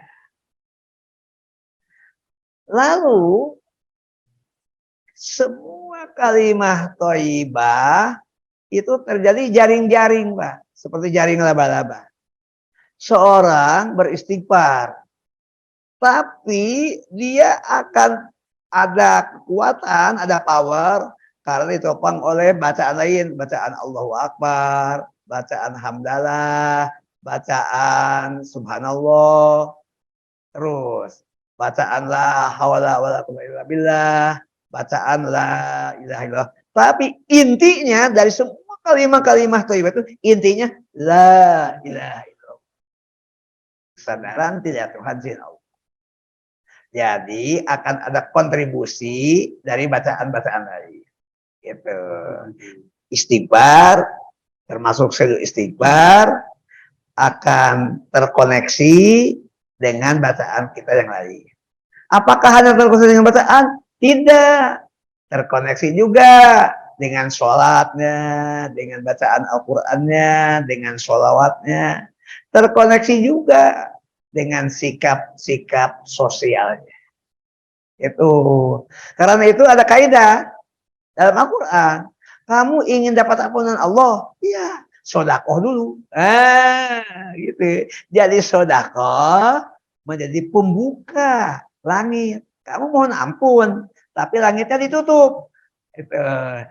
Istighfarmu nggak naik, nggak nembus.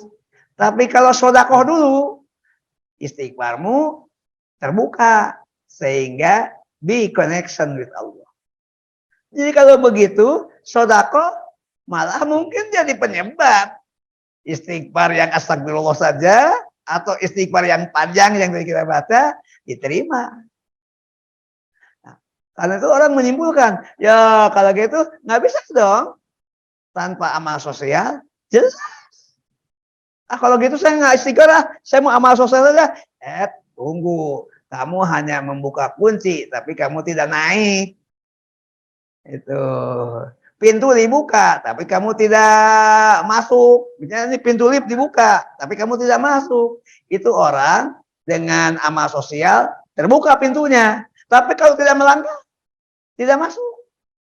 Kesempatan ada, tetap saja kalau gitu amal sosial padukan dengan wilayah vertikal. Sekarang saya amal sosialnya enggak. Saya ingin membuka saja. Ya, Anda berusaha untuk naik ke langit, tapi Anda tidak membuka pintu langitnya. Gitu. Oleh sebab itu, lakukan saja amal sosial, lalu lakukan istighfar. Mana yang saling melengkapi? Rahasia Allah. Boleh jadi kamu naik dulu, itu apa, mencoba untuk membuka, atau kamu mencoba untuk melangkah. Mana yang kemudian membuat Allah mempertimbangkan? Rahasia Allah. Karena rahasia Allah, saya menyimpulkan, lakukan aja dua-duanya. Mana yang lebih dulu? Kalau saya, amal sosial.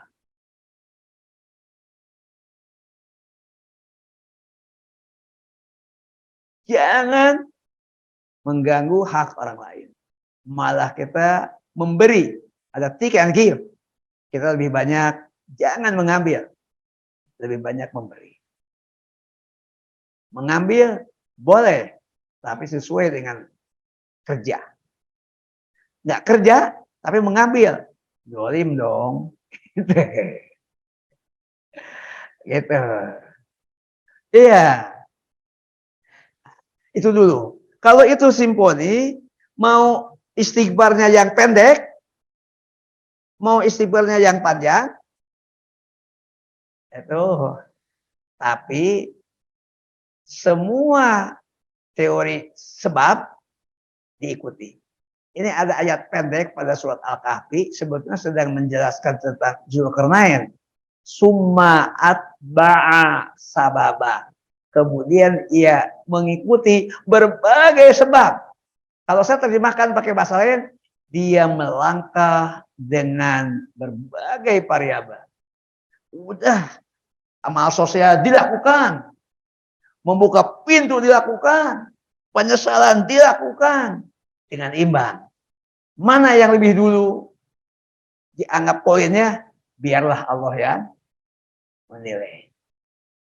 Karena itu di ayat, saya lupa ayatnya, nomornya surat Yusuf ada dikatakan fadkhulu min abwabim mutafarriqah. Masuklah kamu dari berbagai pintu. Ayat ini memang sedang menjelaskan masuk kota Mesir. Tapi bisa juga dianalogkan membuka pintu langit tapi tidak satu pintu. Pintu amal sosial, pintu pengabdian, pintu pelayanan, pintu pertolongan. Tuh, terus pintu sosial kan tidak satu jenis. Tapi intinya yang langsung membuka vertikal dilakukan. Maka ayat tadi bisa ditafsirkan, kita beramal tidak hanya melalui satu jurusan. Tapi semua jurusan, semua jalur, semua jalan. Kalau ikuti tentang cara Zulkarnain sukses, mengikuti semua sebab. Summa atba'a sababa. Kemudian ia mengikuti semua sebab yang membawa dia kepada keberhasilan. Kita kira-kira penjelasannya. Yang penting dieksekusi. Melangkah. Tidak cukup berhenti pada teori, pada wacana. Tapi wacana yang menggerakkan kita untuk memulai. Saya kira itu Pak penjelasannya. Mudah-mudahan kerangkum ya 3 pertanyaan tadi. Bapak dan Ibu yang terhormat, termasuk Pak Uli, mungkin ada yang mengikuti dari kediaman masing-masing, diberikan izin, atau yang menuliskan pertanyaannya, mohon dibantu untuk dibacakan kalau ada. Ada? Yang nulis? Mungkin nggak ada yang menulis. Tapi ada yang bicara. Mungkin coba ditanya dulu. Silahkan Bapak dan Ibu, siapa yang akan? Ya, saya tidak menyapa satu persatu karena saya bertakut melihat layar. Pak siapa nih? Silahkan. Bapak dan Ibu yang mengikuti dari rumah atau dari kediaman masing-masing dipersilahkan untuk memberikan tanggapan, pertanyaan sebelum kita mengakhiri nanti pada pukul 9:30. Itu ada Pak Fauzi. Siapa? Pak Fauzi. Pak Paudi yang terhormat, dipersilahkan Pak, silahkan.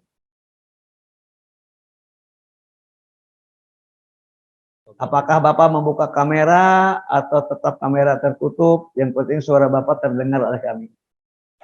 Oh ya, Assalamualaikum warahmatullahi wabarakatuh. Mohon maaf, ini baru lihat-lihat Waalaikumsalam warahmatullahi wabarakatuh.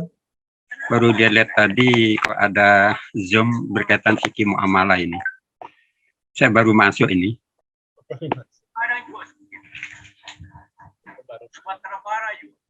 Jadi saya belum tahu ini. Mungkin untuk selanjutnya saya tanya ini rutin, Ji. Pak Paudi, Bapak berada di mana? Saya Surabaya, Bapak. Surabaya. Oh, pihak kemarin jenengan? Oh, Jamaah kajian muamalah saya. oh gitu. Baik. Atur nuwun Pak Paudi, tebih-tebih saking Surabaya, monggo atur nuwun. Jinji, nanti kalau ada informasi mohon diberitahu juga ini.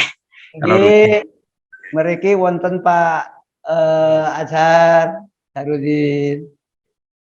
Jinji, ini saya masih pakai HP ini, jadi nggak pakai laptop. Insya Allah 2 pekan ke depan ada pengajian kembali. Pak Uli, Pak, operatornya yang insya Allah mendistribusikan informasi. Jinji, terima kasih banyak. Alhamdulillah. Jadi pengajian kita dikelola oleh profesional, salah satunya ada Pak Uli yang teknis. Bukan hanya Pak Uli, tentu saja ada Pak Mukhtar, ada Pak Ismet, dan cukup banyak. Insya Allah Bapak bisa berkenalan dengan para manajer-manajer ini. Oh, Baik, Bapak yang terhormat, terima kasih. Kita sapa yang lain. Mungkin silahkan Pak. Pak Waluyo, Pak Rusdi Wahid. Ini kalau Pak Rusdi kita kan Rusdi Rokib. Iya. Ini Rusdinya Rusdi Wahid. Wahid. Dari Aceh, Mungkin masih ada kedekatan dengan Abdurrahman Wahid. Kiai kita, presiden kita. Ada yang ingin disampaikan? Ini Pak Azhar mau ada pertanyaan, Pak.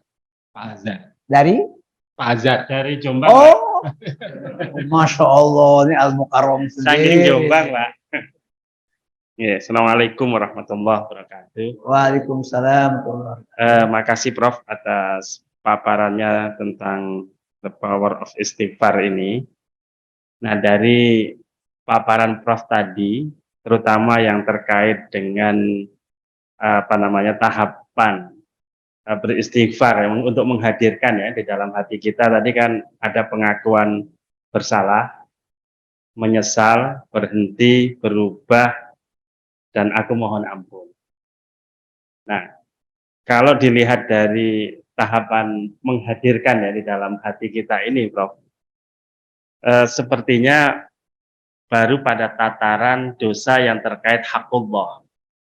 Nah, sementara hakul adam, ketika terkait dengan kebendaan yang kita langgar, itu kan kalau Imam Ghazali, ya tidak cukup kita istighfar 00, tapi harta yang pernah kita ambil dari orang lain, harus kita kembalikan ini.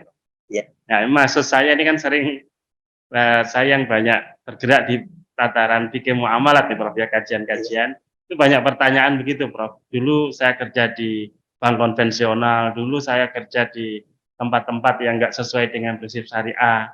Tentu banyak harta-harta orang juga yang bisa jadi saya dolimi dulu. Nah, apakah dengan istighfar saya sekarang hijrah ke muamalah gitu ya, hijrah ke syariah, dosa-dosa lama saya yang terkait hablum minallah atau terkait dengan hak adami, hak kebendaan, itu harus saya kembalikan ke mereka, atau cukup dengan istighfar Allah mengcover tadi, menutup gitu ya dosa-dosa itu gitu. Nah, sehingga dari tahapan tadi, kalau ketika terkait hakul adam, apa juga ada proses pengembalian ya? Ya. Misalnya orang koruptor gitu, Prof ya. Ya. Mungkin sudah di penjara, tapi penjaranya itu nggak setara dengan dosa yang dia lakukan mensesarakan umat gitu. Apakah cukup dia istighfar di penjara gitu, Prof? Terima kasih. Jawaban singkat tidak cukup. Ya. Tapi istighfar yang kita lakukan hari ini sedang membangun komunikasi yang vertikal. Dan itu modal untuk menyelesaikan ke samping. Baru modalnya saja. Baru powernya saja. Ya. Itu. Jadi kuliah kita hari ini belum membicarakan ke samping secara tuntas. Gitu. Jadi harus ada kuliah berikutnya. Ini kan ke-22 Pak Muda. Kan ada ke-23 nanti tafsirnya tafsir yang tadi. Ke-24 lah bicarakan lagi gitu. Karena kuliah kita kan dirancang mengalir. Enggak seperti UIN cuma 16 semester kalau dosennya rajin. Jadi jawaban singkat tidak. Ini baru membangun modal untuk ke samping. Tapi apakah ini bisa transformasi atau tidak? Terpulang pada diri kita. Itu. Ini baru langkah pertama. Kan semuanya Allah. Tapi kalau Allah namanya sikap bahwa ya selesaikan dulu urusan sesamamu. Baru aku berikan ampunan tadi. Nah, jadi kalau yang tadi, kamu orang bersalah iya, bukan hanya kepada aku, kepada sesamamu. Kamu menyesal, bukan hanya menyesali perbuatan kepada aku, tapi menyesali kepada sesama kamu. Jadi konsep aku bersalah, aku menyesal, itu kata Allah, tunggu bukan kepada aku, tapi kepada hamba-hamba. Ketika cerita tentang hamba, tentu saja terbagi dua. Hamba dalam pengertian personal, jauh mudah diselesaikan. Gimana kalau hamba dalam bentuk badan hukum, hamba dalam bentuk perseroan, hamba dalam bentuk perseroan terbatas, hamba dalam bentuk negara, hamba dalam bentuk tentang organisasi, hamba dalam bentuk komunitas yang sophisticated, penyelesaian, gitu. Itu kira-kira. Memang kaidahnya mudah.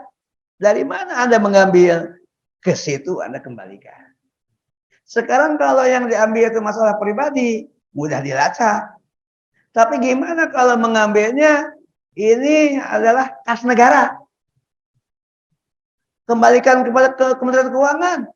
Gimana kalau sampai di sana ditilap juga oleh pejabat keuangan yang kita sudah tahu tingkat korupsinya tinggi. Itu kan ada misteri 300 sekian triliun. Ada Menko yang pura-pura mau jadi pahlawan sehingga kita tergoda untuk memberikan dukungan. Ternyata politisi sejati. Itu kita sudah tanda tangan sampai 300 orang guru besar tanda tangan, lalu dibuat tertulis wakil dari kami datang. Sekarang menguap entah kemana. Nah, kalau sikap seperti itu mengembalikan pada Kementerian Keuangan bukan solusi, karena tidak ada jaminan sampai di sana aman kembali kepada rakyat. Padahal kalau menurut teori yang kita bangun, dana yang berada tangan pemerintah, baik yang budgeting dan budgeting, itu kan sebenarnya sumbernya rakyat. Apalagi kalau dihubungkan dengan filosofi, pemilik kedaulatan siapa? Rakyat. Lalu kemudian rakyat yang sadar tentang negara ini berdaulat, bayar pajak. Jadi gimana mengembalikannya? Tidak mudah. Satu-satunya cara yang tepat harus ada penyelesaian hukum yang tuntas, yang sebanding dengan dosanya. Karena itu apa? Hukuman mati.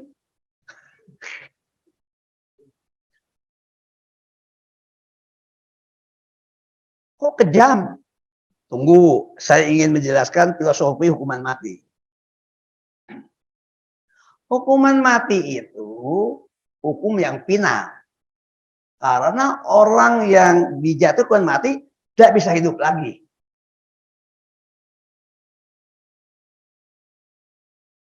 Ya, bisa orang yang sudah mati hidup lagi? Enggak. Kenapa harus sampai kepada tingkat hukuman mati? Hukuman mati itu bagi yang pelaku tindak pidana sebanding dengan kesalahannya. Sehingga dia menebus semua dosa terhadap rakyatnya dengan merasakan mengakhiri hayat dengan rasa sakit dibunuh, ditembak. Kalau dia ikhlas menerima hukum mati, keikhlasan itu membuat dia kembali bersih. Jadi Allah akan memaafkan misalnya orang yang berzina, lalu dihukum rajam, kemudian dia mati. Nah, hukum rajam yang membuat dia mati, atau hukum kisos yang membuat dia mati, atau hukum cambuk yang membuat dia mati, itu membuat pribadi itu bersih. Kenapa? Ditebus dengan yang paling berharga pada dirinya, yaitu jiwa atau hidup. Itu. Nah, kenapa sampai ke sini? Karena hukum Islam itu dua kaki. Kaki yang pertama ke dunia, kaki yang kedua ke akhirat. Hukum sekuler cuma ke dunia. Tuh. Ini terjadi pada diri putra Umar. Putranya Umar waktu itu sedang menjabat kepala negara, 10 tahun Umar. Tapi tidak ingin periode ketiga, karena waktu itu tidak ada pembatasan 5 atau apa. Umar tidak berusaha perpanjang. Umar 10 tahun, tidak 2 periode, karena tidak ada aturan itu dalam ketatanegaraan seumur hidup. Umar itu kebetulan 10 tahun, dari 634 Masehi sampai 644. Selama beliau menjabat, putranya melakukan tindakan jarima. Jarima itu tindakan kriminal. Yang pertama, dia mulai dari minum khamar. Itu kan masalah pribadi. Tunggu. Dampaknya dia berzina, memperkosa seorang wanita. Dampak yang ketiga, dia bunuh wanita itu. Jadi kan itu bergulir. Dari miras, hubungan seksual, dan pembunuhan. Lalu Umar mengumpulkan data-data, fakta-fakta, saksi-saksi. Setelah terpenuhi, Umar menyimpulkan, saya rajam dia. Orang-orang dekat Umar berbisik, Umar, kan itu anak, jangan dirajam. Tidak. Karena Umar berpegang pada ayat yang la ta'uti ra'fatun. Jangan ada belas kasihan untuk menunda hukum rajam. Hukum saja. Akhirnya hukum rajam itu kan dilempar 100 kali dan sampai 100 kali mati ya henti kan. 2 kali, 3 kali, 9 kali. Pokoknya kalau sudah mati berhentikan, tidak usah kumulatif harus 100 kali. Sudah. Kalau sudah meninggal, dimandikan, dikafani, disolatkan. Malamnya mimpi. Ayahku, terima kasih. Engkau telah membebaskan aku dari segala dosa di hadapan. Jadi pembebasan terhadap orang yang melakukan tindakan kriminal, termasuk mengambil harta yang koruptor, bunuh, hukuman mati. Cina yang komunis saja melakukan, mengapa yang Pancasila nggak berani? Nah, itu. Cina yang komunis berani. Nah, itu untuk yang pergi. Nah, gimana untuk yang hidup? Untuk yang hidup, hukum itu punya kekuatan edukasi. Hukum menyadarkan, hukum mendidik, hukum membuat orang jera. Nah ini yang tadi tindakan kuratif menyembuhkan untuk perjalanannya ke hadapan Allah, yang ini jadi punya efek preventif. Orang betul-betul melihat, oh ini negara dengan hukum yang kokoh, dengan tidak membedakan anak atau bukan, maka orang yang punya potensi akan berbuat kejahatan yang sama itu takut. Jadi ada efek jerak, ada penyadaran, ada mengedukasi, ada sosialisasi, ada literasi kepada yang lain. Baru pemerintah bisa santai karena tingkat kriminalitas bisa turun. Gitu kira-kira. Berani nggak Pak Asyar? Nah, untuk itu tentu saja ujungnya negaranya harus berbasis Islam. Tapi negara berbasis Islam itu tunggu dulu. Yang paling pentingnya the man behind the gun.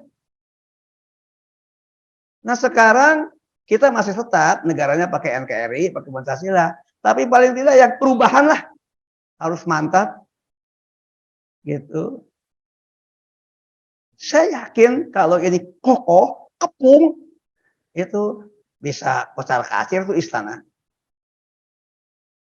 Karena dia bergerak dengan manipulasi, bergerak dengan kebohongan, bergerak dengan niat jahat, meskipun dana melimpah.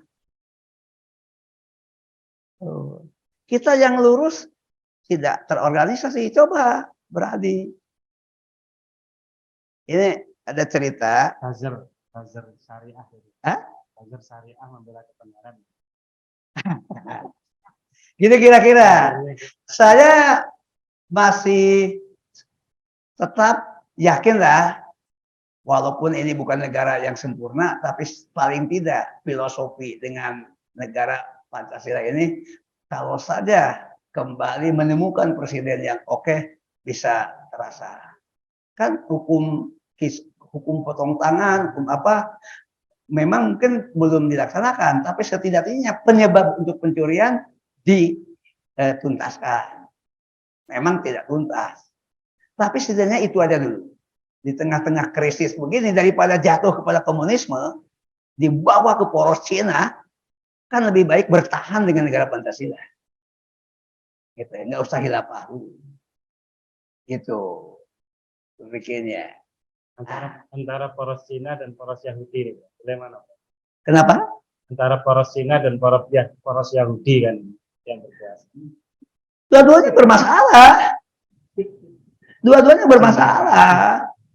Yang satu memang terbukti sejak dari awal, dari siapa kita mengenal konsep tentang riba, siapa yang memperkenalkan konsep tentang menimbun, siapa yang memperkenalkan konsep tentang transaksi ijon. Kalau dibaca semua tinggal laku Yahudi di Madinah. Sekarang jangan melihat Yahudi orang per orang. Yahudi itu dalam bentuk institusi, kelembagaan, dan kelembagaannya internasional. Meskipun Yahudi sebetulnya sudah saatnya jatuh. Lihat aja Amerika, ada indikasi-indikasi nggak sanggup bayar, ada indikasi krisis. Sebetulnya asal umat Islam nendangnya tajam, sebetulnya negara Israel itu tidak bisa berumur panjang. Cuma karena kita nendangnya belum fokus, jadi dia masih punya umur untuk bertahan. Itu kira-kira artinya. Tapi kita tidak boleh berpikir itu. Ini yang di hadapan kita tuh produk Yahudi bekerja, produk Cina komunis nyata. Kita mau menghadapinya gimana? Setidak-tidaknya hemat saya ada sikap yang kokoh, ada sikap yang komitmen, yakin usaha sampai, harus betul-betul menjadi semboyan bersama, kekuatan bersama, dan terus supaya momentumnya tinggal tahun 2024. Kalau ini gagal, lebih berat ke depannya. Itu momentumnya. Tinggal itu, insya Allah saya yakin kalau di antara kita ada istighosa, membangun istighfar vertikal tadi yang diikuti ke samping, saya kira Allah akan menurunkan pertolongan. Itu kira-kira akan menurunkan pertolongan. Kembali lagi, maka dapat disimpulkan kuliah kali ini sedang membuka penguatan hubungan dengan Allah. Harus diikuti dengan tindakan yang konkret, tindakan kuratif, hukuman mati tegakkan terhadap para koruptor. Itu hukuman mati. Hukuman mati terhadap mereka yang dengan seenaknya melenyapkan nyawa orang. Tuh, dengan suka-suka. Lalu tegakkan bagaimana hukum, rasa keadilan, sehingga warga negara itu ada aspek jerak, ada merasa terlindungi, negara itu hadir. Nah itu modal sosial yang luar biasa. Setelah itu tingkatkan dong kesejahteraannya. Kalau saya Pak Azhar mungkin untuk Bank Syariah itu satu hal saya cobalah mulai tingkatkan murni syariahnya. Karena belum sepenuhnya murni syariah. Tapi tentu lebih baik tuh memulai ketimbang bertahan di konvensional. Cuma kalau saya bukan ahli perbankan, tapi mengikuti, mendalami, tuh, katakan, oh belum murni syariah. Tingkat kepercayaan umat terhadap perbankan syariah masih rendah. Karena mereka masih memandang, ya biayanya tinggi, apa yang terjadi di konvensional terjadi juga, cuma beda merek, beda kata, beda istilah. Nah, kesan ini hapus dong dengan perbaikan-perbaikan kualitas manajemen, kualitas layanan, kualitas produk perbankan syariah. Saya yakin begitu. Pelan-pelan, tapi jauh lebih baik Pak Azhar terus berjuang di sini. Saya yakin. Kapitalisnya. Gitu kira-kira. Jadi ini bro, terkait perbankan syariah itu. Yang terjadi begini bro, kalau pada level peminjam bahasa konvensionalnya atau yang mengajukan pembiayaan kalau bahasa syariahnya, inginnya yang murni syariah. Tetapi pemodal, sohibul mal yang punya uang. Nah kalau murni syariah, sementara pelaku usahanya ini tingkat kejujurannya tidak tinggi, potensi loss-nya itu sangat tinggi. Koperasi-koperasi yang mau mencoba untuk menerapkan murni syariah, pemodal yang nggak kunjung datang, nggak berani. Karena memang ekonomi syariah ini tidak cukup tarbiyahnya ini pada level masyarakat peminjam, tapi pemodal juga harus disyariahkan. Nah, pengusaha-pengusaha yang saat ini ada, ketika dia tidak diterima di bank konvensional, karena tidak memenuhi kriteria, ya, lari ke syariah. Lari ke syariah. Yang lari ke syariah, mohon ini satu tuh, karena sehingga mohon maaf ya, kayak di BSI banyak non muslim yang Cina-Cina itu yang ditolak di konvensional, lari ke bank syariah yang relatif longgar. Bayangkan kalau kemudian kita menerapkan dengan asumsi, misalnya dalam Al-Quran ya, jika debitur itu mengalami kesulitan, tunggu sampai mampu. Itu Cina banyak datang. Iya. Bank syariah. Tapi akibatnya kualitas pembiayaan bank syariahnya ini jelek. Nah kemudian di otoritas society, OJK, boleh. sementara di level OJK menyikapi bank syariah konvensional ini sama bro, standarnya. Jadi kesehatan banknya itu sama. Nah kalau kemudian kita loss dengan asumsi semuanya adalah makhluk Tuhan yang jujur, kredit macet, bank syariah tutup. Nah inilah tantangan yang sangat berat. Memang literasi, edukasi ke seluruh lapisan masyarakat, tidak hanya masyarakat yang butuh pembiayaan, tetapi pemodal ngetut, pemodal berani menanggung risiko, ini kerjaan yang lebih berat lagi gitu ya. Kalau yang meminjam nih, wah pengennya bagi hasil, pengennya ini yang kejujuran, ini tantangannya sekarang. Ya. Bapak dan Ibu yang terhormat, tidak terasa dialog kita sudah melewati jam 9:30. Mungkin kita cukupkan, lebih kurangnya mohon maaf, tapi tidak menutup kemungkinan untuk bagaimana menyelesaikan masalah-masalah yang bersifat horizontal menjadi tema kajiannya sendiri.